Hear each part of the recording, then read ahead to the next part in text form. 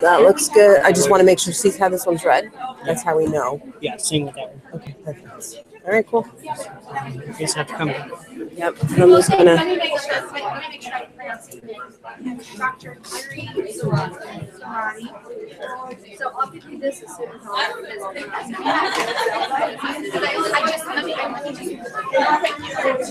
okay, I'll give you minutes. Right back.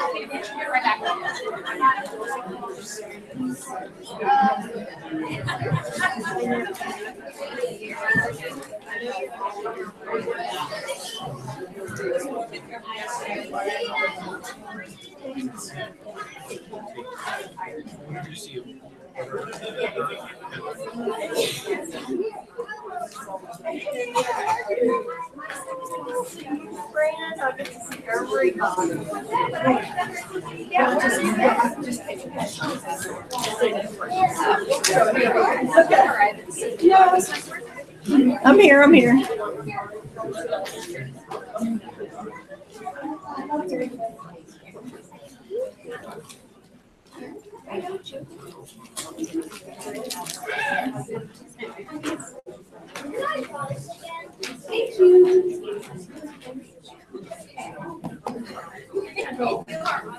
I'm glad you're so flexible. You know it. Do you think everyone's back from the tours? You guys? Yes. Me too. We're a little late starting, but the tours ran a little late. Oh, thank you. Now you can hear me.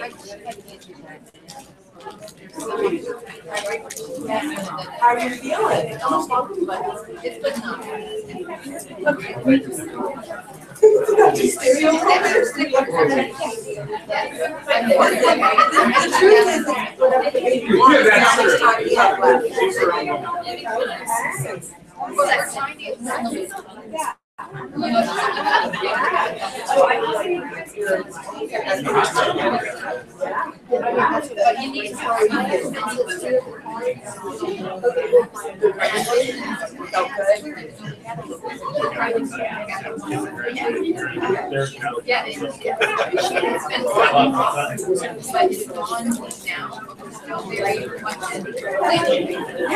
Science one teacher. I was going to say, yeah.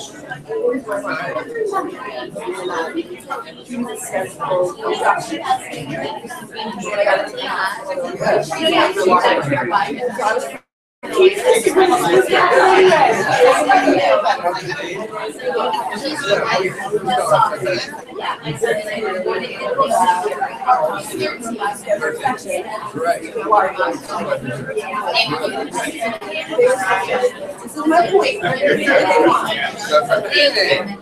Oh, yeah, I know you. How you doing? Right. How's the desert?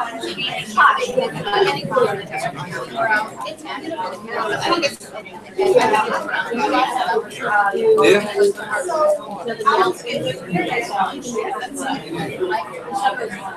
Yeah. Particularly when the water's rising.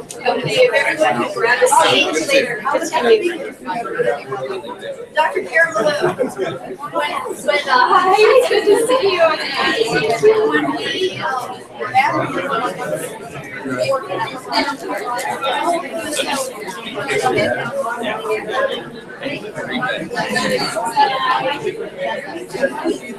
Yeah, you're right. We're right. So I'll move you on, and then we just take one at a time with any questions.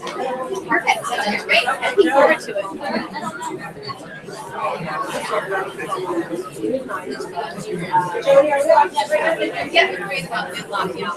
Okay, here's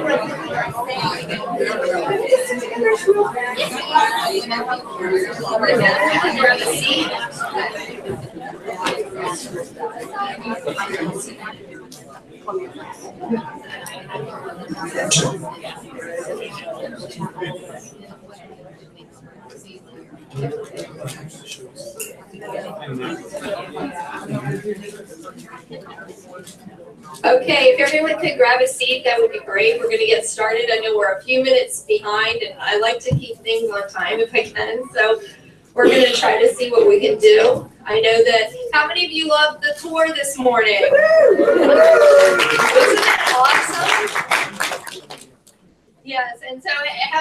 loved the reception last night and had a lot of fun.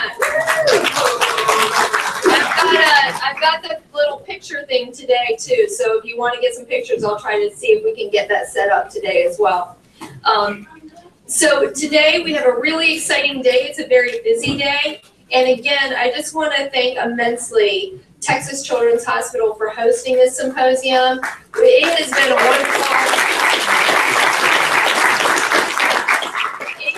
wonderful conference, and we are just so incredibly grateful to them for all they have done for us and gone way above and beyond anything we could have asked for. I also want to again thank the sponsors of this symposium. And so we have Edwards Life Sciences and Medtronic. And also today out in the exhibits, I'm going to encourage you guys to all visit. We have wonderful exhibits out there, but Edwards has a pulmonary valve specialist out there, so they'll be doing some demonstrations. So please head out to that table. It's going to be really exciting and fun. And I know the day is jam-packed, but please feel free to get up and move around and there's some short breaks in between the panels. Feel free to go out and take breaks as you need them today. We also have as sponsors Abbott, Prolacta Bioscience, Mended Little Hearts of Houston hosted that reception last night. Thank you to Houston, and they've also been the powerhouse behind this whole symposium on a local level. And then Syncardia also came, and they have an exhibit booth as well with the total artificial heart. So you're gonna hear more about that today. We had 17 Mended Little Hearts chapters sponsor this symposium and 8 Mended Hearts chapters. So we really all came together and did a wonderful job of hosting this. We also have, everyone should get one raffle ticket. You get a freebie raffle ticket. We're going to be raffling some stuff today. And then there are some nice items. You can get 10 tickets for $5 or 25 tickets, I'm sorry, Marcia, I'm trying to read it. 25 tickets for $10. Those are baseball, autographed baseballs. And there are stitch coloring books out there as well, if anyone wants one. So without further ado, I'm going to bring up our keynote speaker. We are just delighted to have Michael Montgomery come up and speak today. Michael was a former Green Bay Packer. I'm going to let him tell you a lot about his story, but he's an incredibly generous and kind person. He started his own foundation called the Heartbeat Away Foundation. He's going to talk about his story with Wolf Parkinson White and how that's impacted his life and encouraged him to do more and make changes and make the world a better place with his experience. So without further ado, Michael, come on up.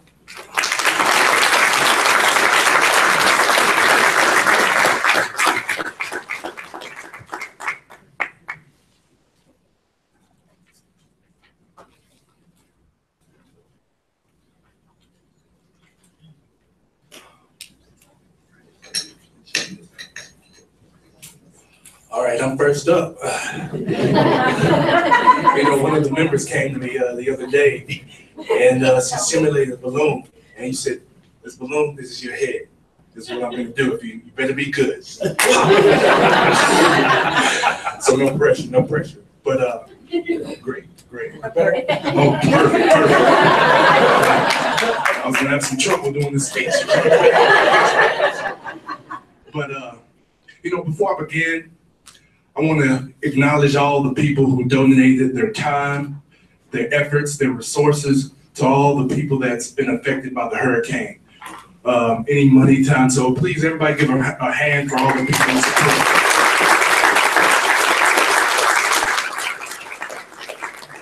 It's good to see the world come together when we go through some dark times. So just want to acknowledge that. So I'm going to play this video, and then we're going to get to the message.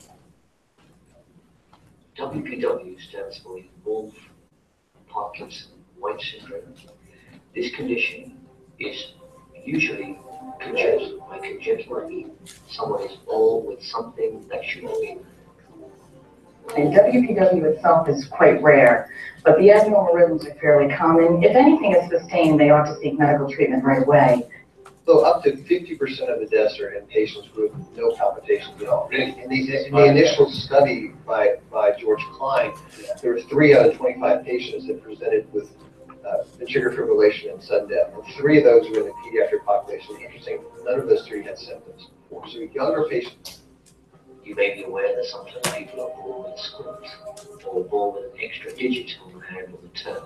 It's the same thing with all particles. Why people are born with an extra electrical pathway that connects the top chamber of the heart, the atrium, with the bottom chamber of the heart, the ventricle.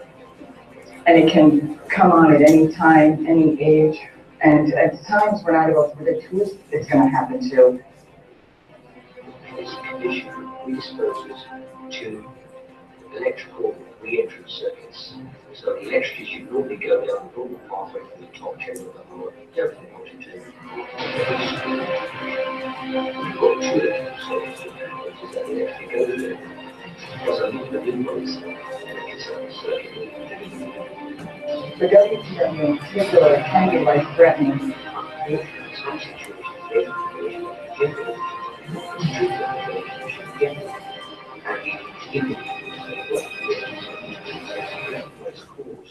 of sudden death.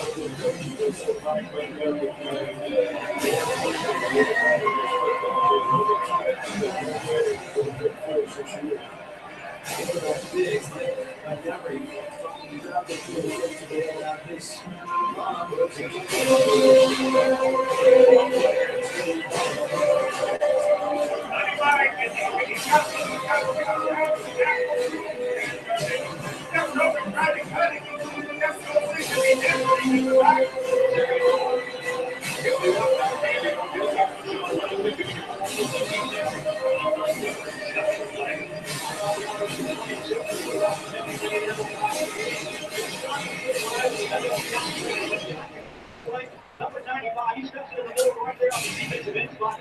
That takes a good shot. Right back with it.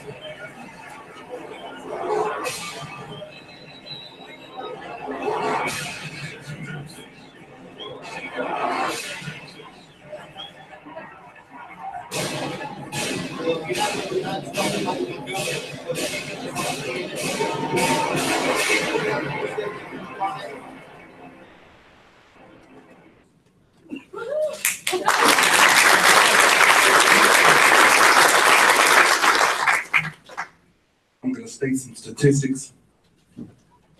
Heart disease is still the leading cause of death for both men and women. More than 600,000 Americans die from heart disease each year. Over 85% of babies born with CHD now live to at least age 18. However, children born with more severe form of CHDS are less likely to reach adulthood.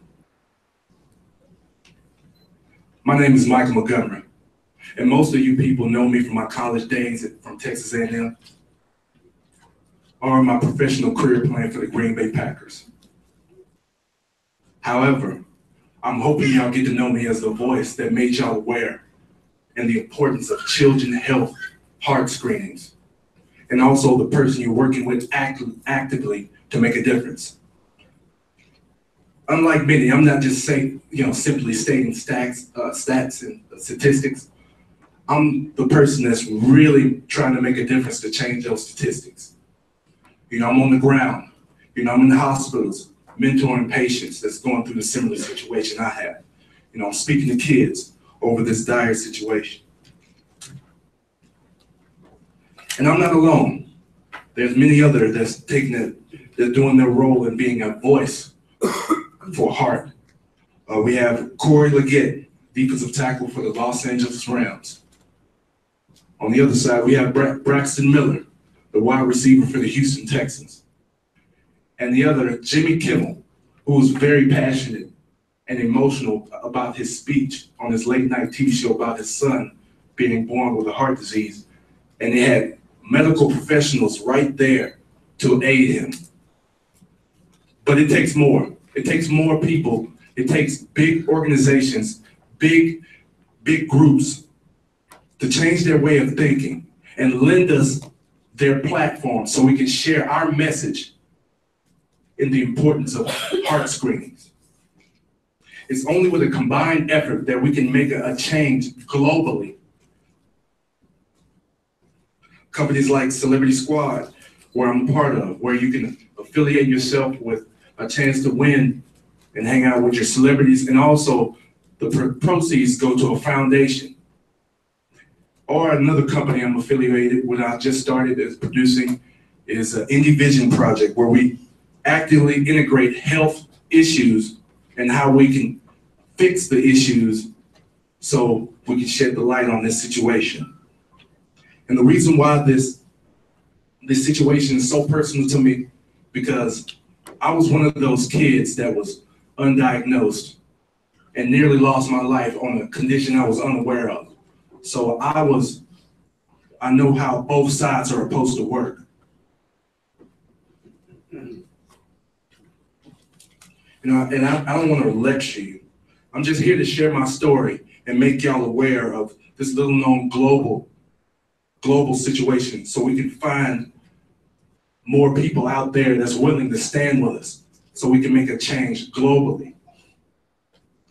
So these next slides, I want y'all to bear with me. I know this is kind of uncomfortable for, Cowboy fans. We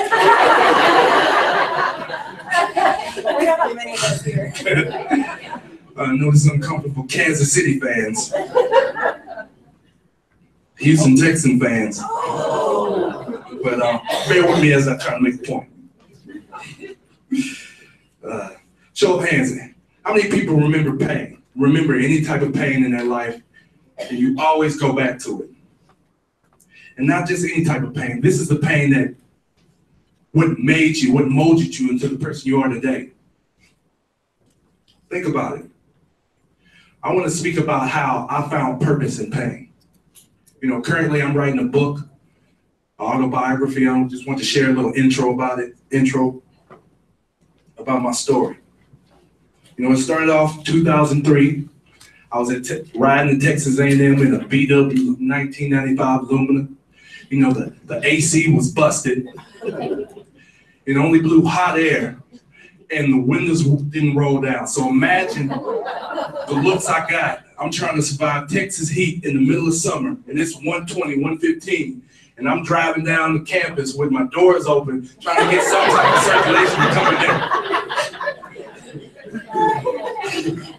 But I didn't care. I was on a high. I was going to be playing for arguably one of the best colleges in the nation, A&M. He gets it. And I'm also going to be competing against the best. In our schedule, we was playing, I don't know if y'all familiar with football, but we was playing against Heisman contenders like Alex Smith, that's at Kansas City. We was playing against Larry Fitzgerald, that's now at Arizona. We're playing against Darren Sproles, that's at Philadelphia Eagles. Playing against Vince Young, Cedric Benson, and many other elite NFL players today. So we was checked with full talent. But we started practice, and one thing about me, I practice hard. Everything I got, I worked for it. It didn't come easy. I practice hard. And for the young kids out there that want to make performance their profession, listen to this. And y'all look up to all the big performers, singers, actresses, actors, any type of performance-based career. People get praised publicly for all the hard work and practice they put in privately. When you see them on stage and they're singing, or you see them on the movies and they're doing a great job, because they've done that privately in practice 1,000 times over. I'm sorry, I get a little emotional when I start moving. But you see them today, they do it 1,000 times over. So it's second nature when they're on a big stage. But back to me, I'm on practice. I'm hustling, making plays. I'm I'm hollering. You know, football players, you always see us hollering. We think we lions out there screaming. So I'm up there making plays, and in the middle of the practice, between drills, I started feeling this excruciating pain coming from my heart. My heart started to race. And it felt like my heart was trying to bust through my chest. And on top of that, I couldn't breathe. I was feeling lightheadedness and dizzy. And we went to a water break. So I managed to stagger to the water break and got on one knee. And I had so many thoughts going through my mind. I was saying, something's really wrong, but, I got to get back to practice. My football career is on the line. So, and while the whole time is going, nobody didn't know. Because, football players, we're taught to, not talk about pain, just to go through it, just to be tough. So in my mind, I'm like, hey, I'm going to just try to push through it. So everybody went to their immediate stations, and I just stood there, and I went unconscious. Boom. And luckily, there were medical professionals that aided me when I had that issue. So I came back, and I was later diagnosed with a congenital heart disease called Wolff-Parkinson-White syndrome. And the doctor looked at me, and he said that he told me the same thing I've been hearing ever since I got here. Man, you're a big guy. Wow. And then he said, hey, you're lucky to be alive. At the rate he was pushing, I suggest you to, not play football. And, I had inner thoughts, but I have a unique trait that a lot of people have. I always like to see the goodness in everything. I told myself that this wasn't going to happen for me. This wasn't happening to me. This is going to happen for me. I was going to use this for my benefit. I believe God didn't bring me this far to let me down. They didn't know that the person that was laying on that surgery table was going to be the same person coming off. The doctor said, hey, we're going to make an incision through your leg, and we're going to pull up a tube all the way through your body and to your heart. I said, hey, I don't know if you've seen this body, but I'm a tall guy. There's a lot of room between my legs to my heart. I can just cut through the chest and get it over with. And you're like, no, that's too messy. But I was a little nervous about having that up. So, but I told him, I'm gonna prove everybody that I can come back. I will come back. And I'm going to be bigger and better because of it. During that summer, I found out it was absolutely clear to me that I did not only want to play football, but I needed to. I returned to the team with a new perspective on life. That it's not about me. It's not about me. And that's it. Instead of taking, I started giving back. And I've been doing that ever since. I returned to the team. I was honored to be team captain. I was first team all Big 12. I helped elevate my team to a winning record that following season. And I was honored one of the most prestigious awards at Texas A&M history by the governor of Texas, Rick Perry at the time, the Aggie Heart Award. He told me, hey, you came to A&M with a bad heart, but you proved them you had the biggest heart of all. And throughout the game of football created my hardest pain, my greatest pain, and turned into my greatest purpose. There were so many children, as I look back, there's so many children that's going through the same situation I'm going through, but don't know what condition they have until it's too late. And my purpose is to share my story. My purpose is to share my story and motivate them and empower them that regardless of what you're going through, regardless of what life pain comes at you, that you can overcome them and still achieve your goals. Whether if you have CHD or not, you can still achieve your goals. And also bring attention to this dire situation so we can help leave these auditoriums and go save lives. Point blank. That's all we're here for. We go save lives. Everybody in here, we have a personal connection to this situation. And it boils down to the one statement: going to save lives. I got one more video, but before I started and leave this podium, I want to say thank you for your consideration. But I want to present a call to action. I've got one slide. This is when we got drafted and we went on a rookie symposium together. It was me, Aaron Rodgers, and all the draft class of 2005 to play with the Green Bay Packers. But as I end, I want to bring a call to action. And I look forward to meeting with each one of you one-on-one to discuss how I can be of service to you so we can help the world globally.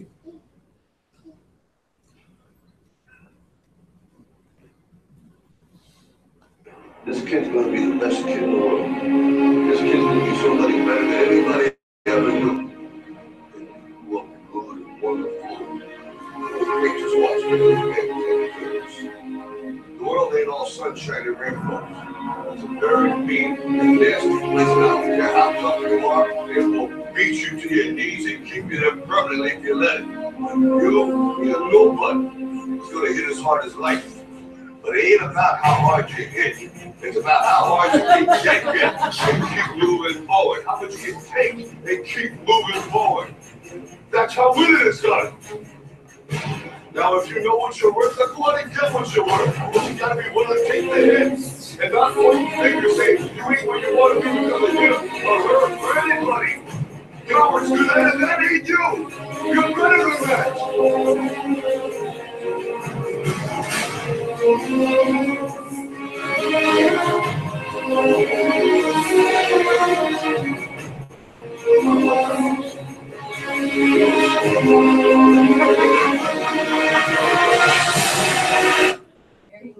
All right, thank you.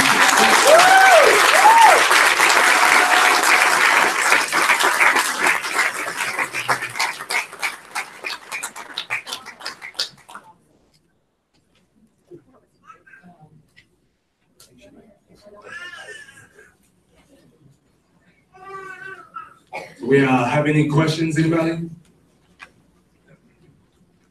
Yes, ma'am. How long after your surgery before you got to start playing again? It took about 2 months. I missed all the training camp and some games, and there was performing tests, EKG testing running, to make sure I could handle the high competitive nature of football. So, any other questions? Can I pass it back to you? Thanks. I have a cousin who just found out that their daughter has WPW. Is there a way that she can connect? How do I find you on the web? Yes, you can follow. I have a website, themikemontgomery.com, where I have my information posted. A personal email can be contacted me anytime, so I can help them ask any questions. I got surgery from a doctor that's in Austin, Texas, Joe Gallinghouse, and he told me I was his first patient who ever had this situation. And the sooner the better, so you can help get the proper surgery and the proper treatment for it.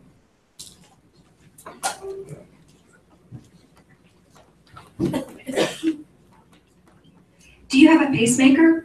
No, ma'am. I had the surgery, and they said, we're just going to monitor you for this and make sure you're okay.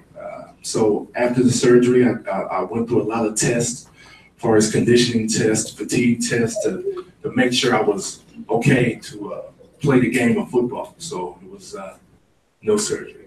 It was no pacemaker.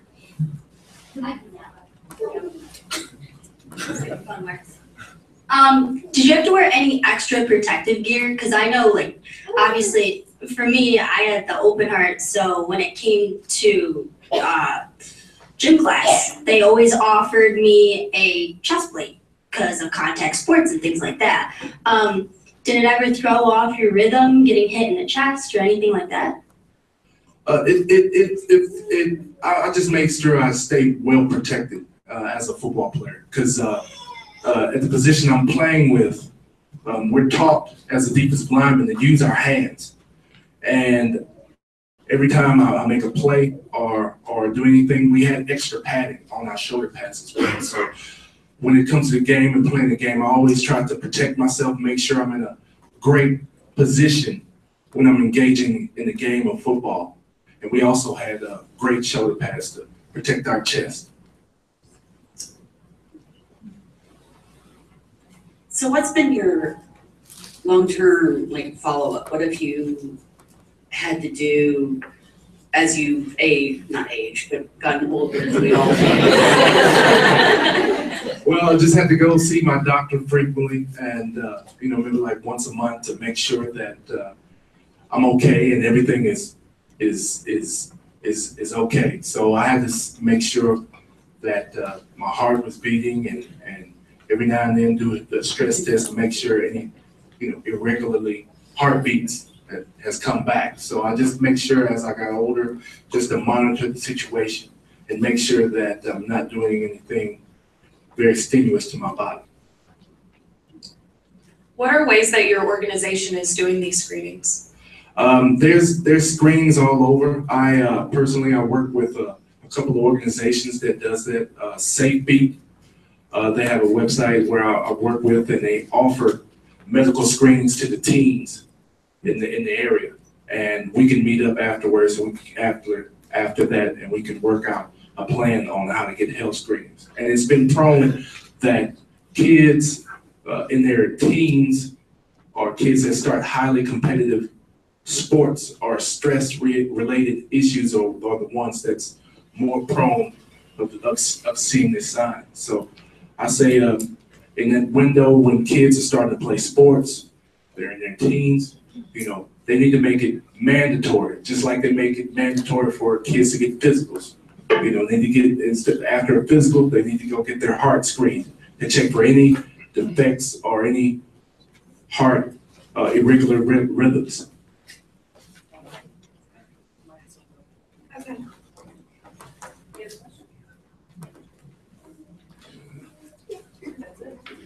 All right, thank y'all so much, and I look forward to meeting you.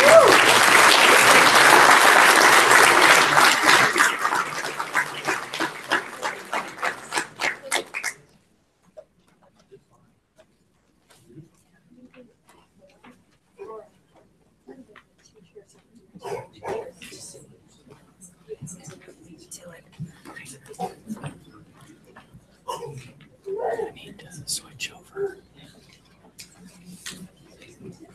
Stop this. Yeah, because then I'm gonna.